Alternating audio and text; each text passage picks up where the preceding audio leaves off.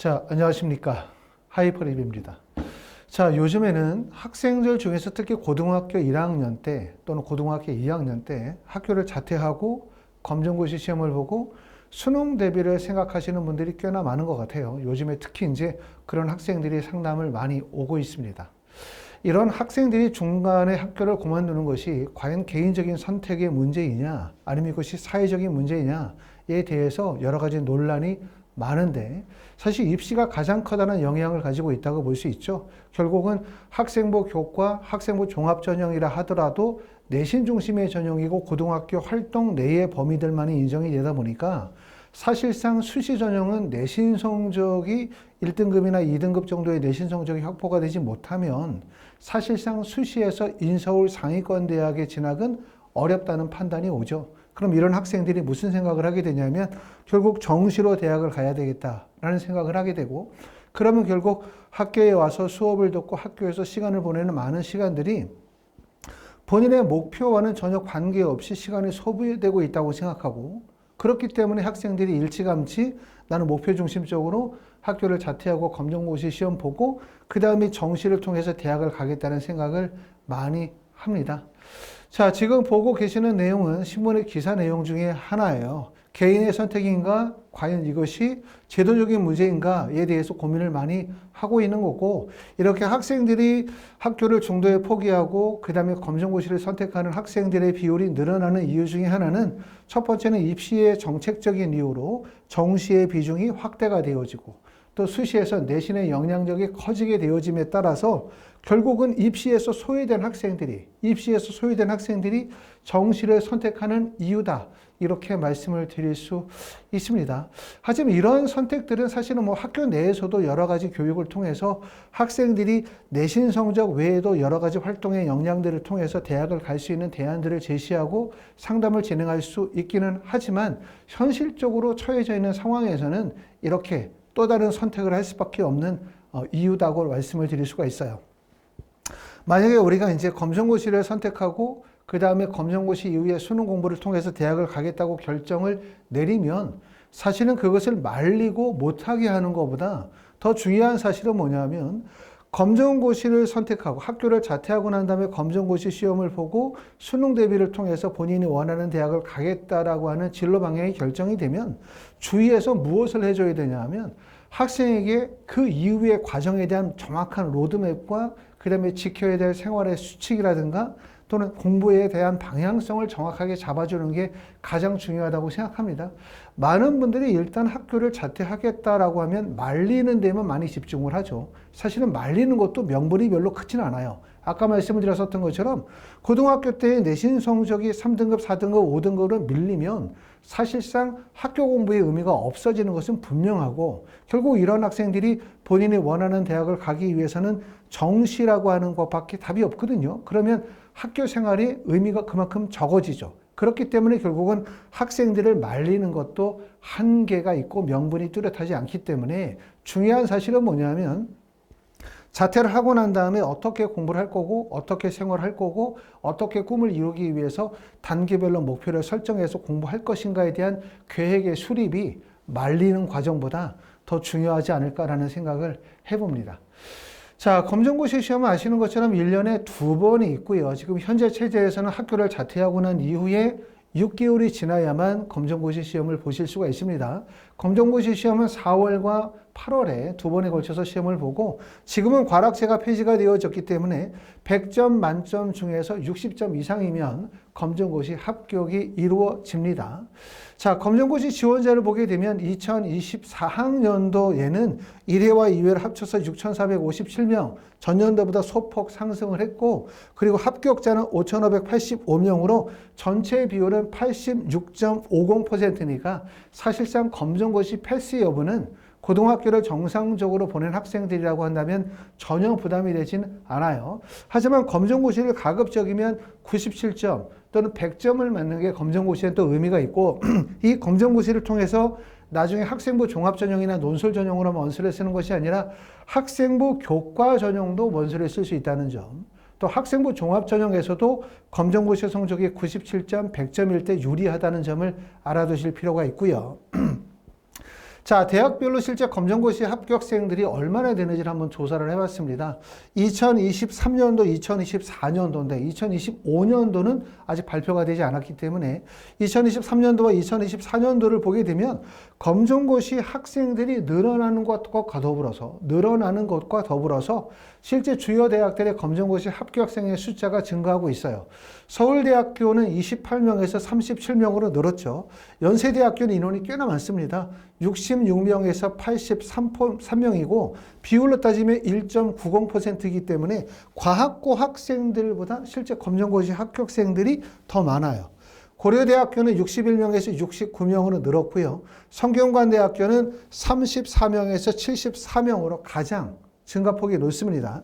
한양대학교는 54명에서 55명이고요. 서강대학교는 28명에서 43명, 중앙대학교 44명에서 61명, 경희대학교 93명에서 96명이고 이 96명을 보시는 것처럼 과학고 42명이기 때문에 과학고보다 훨씬 많죠. 그러니까 검정고시 합격생들의 비율이 이렇게 출신 고등학교 유형에 따져봐도 상당히 많은 비율을 차지하고 있다는 점을 알 수가 있고 경희대학교 다음에 이화여대 보면 이화여대는 49명에서 80명, 한국외대 67명에서 85명, 시립대학교는 50명에서 41명, 건국대학교는 31명에서 51명이기 때문에 2024학년도 전국 222개 대학, 4년대 대학의 검정고시 출신자의 합격생 수는 무려 9,256명입니다.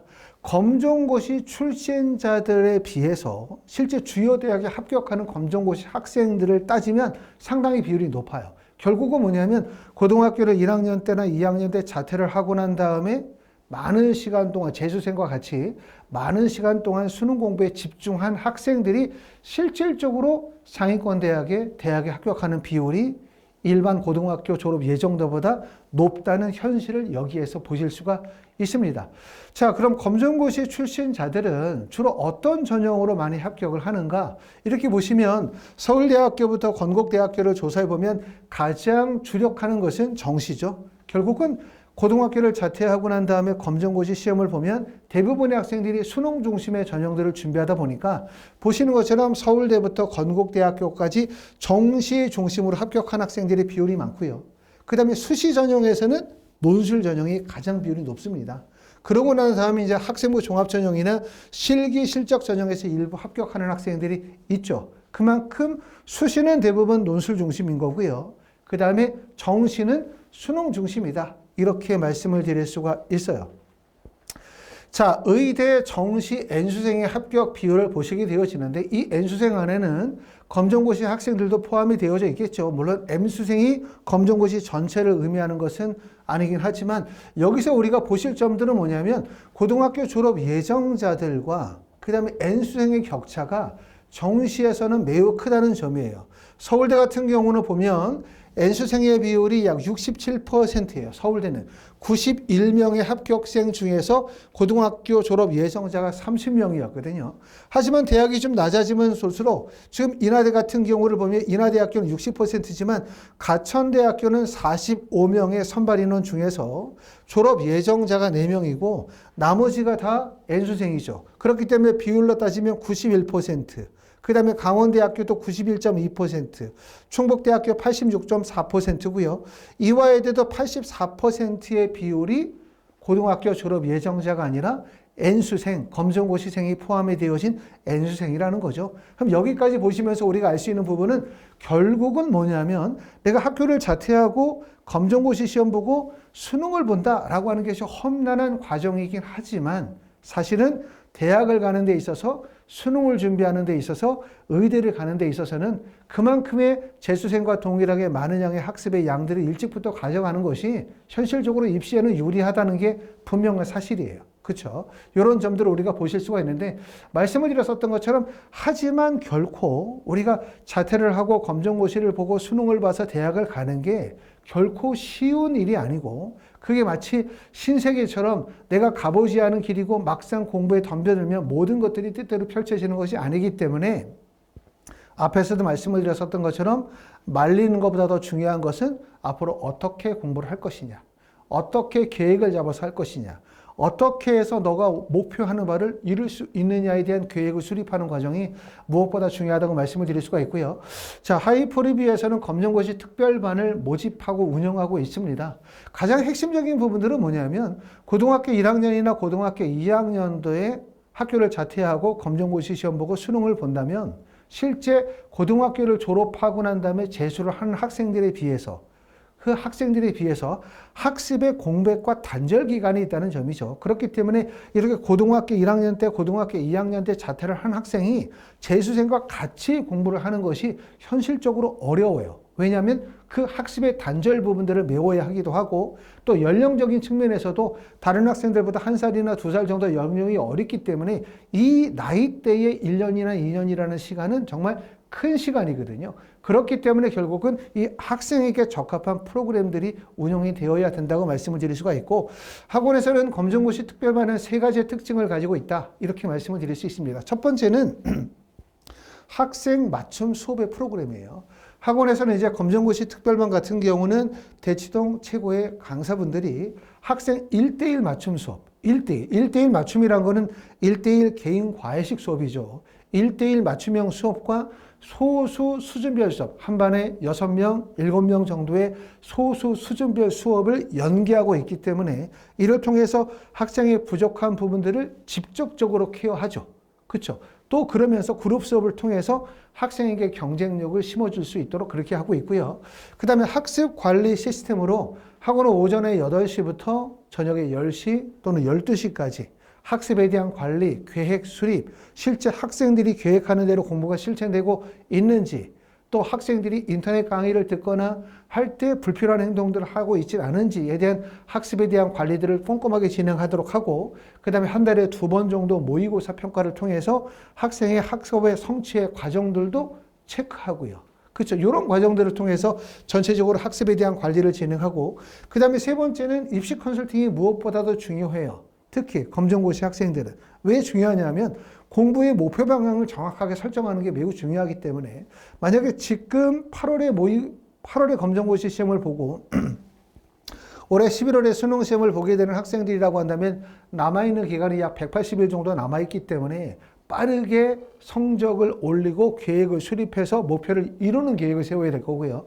그렇지 않고 내년 4월에 검정고시 시험을 보고 내년에 수능 공부를 해야 된다. 수능을 봐야 되는 학생들이라고 한다면 결국 이것을 단계별 계획 수립을 통해서 학생의 집중력을 유지하고 공부를 성취해 갈 수 있도록 계획을 수립하는 과정이 무엇보다 중요할 거라고 생각합니다. 또한 검정고시는 우리가 무조건 검정고시라고 해서 그냥 수능 중심으로 대학을 가자 이것이 아니라 검정고시도 말씀드렸던 것처럼 학생부 종합전형, 학생부 교과전형 또는 논술전형의 원서를 쓸 수 있어요. 그리고 실제 합격할 수 있기 때문에 이런 다양한 전형에 맞게끔 입시에 지도를 하는 것도 중요합니다.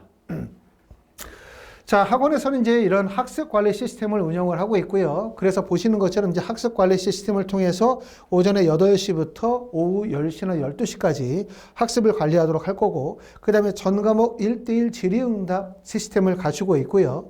또 필요로 하시는 분들은 학원 주위에 기숙사를 연계하고 있고, 또 점심이나 저녁 같은 경우는 급식을 제공을 합니다. 그렇기 때문에 학원 내에서 식사가 해결이 되고요.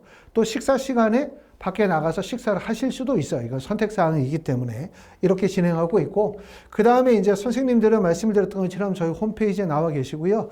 대치동에서 오랜 기간 동안 학생들을 지도하시는 전문 선생님들이 직접 수업 진행하시고 또 이분들이 질의응답을 진행할 수 있도록 하고요.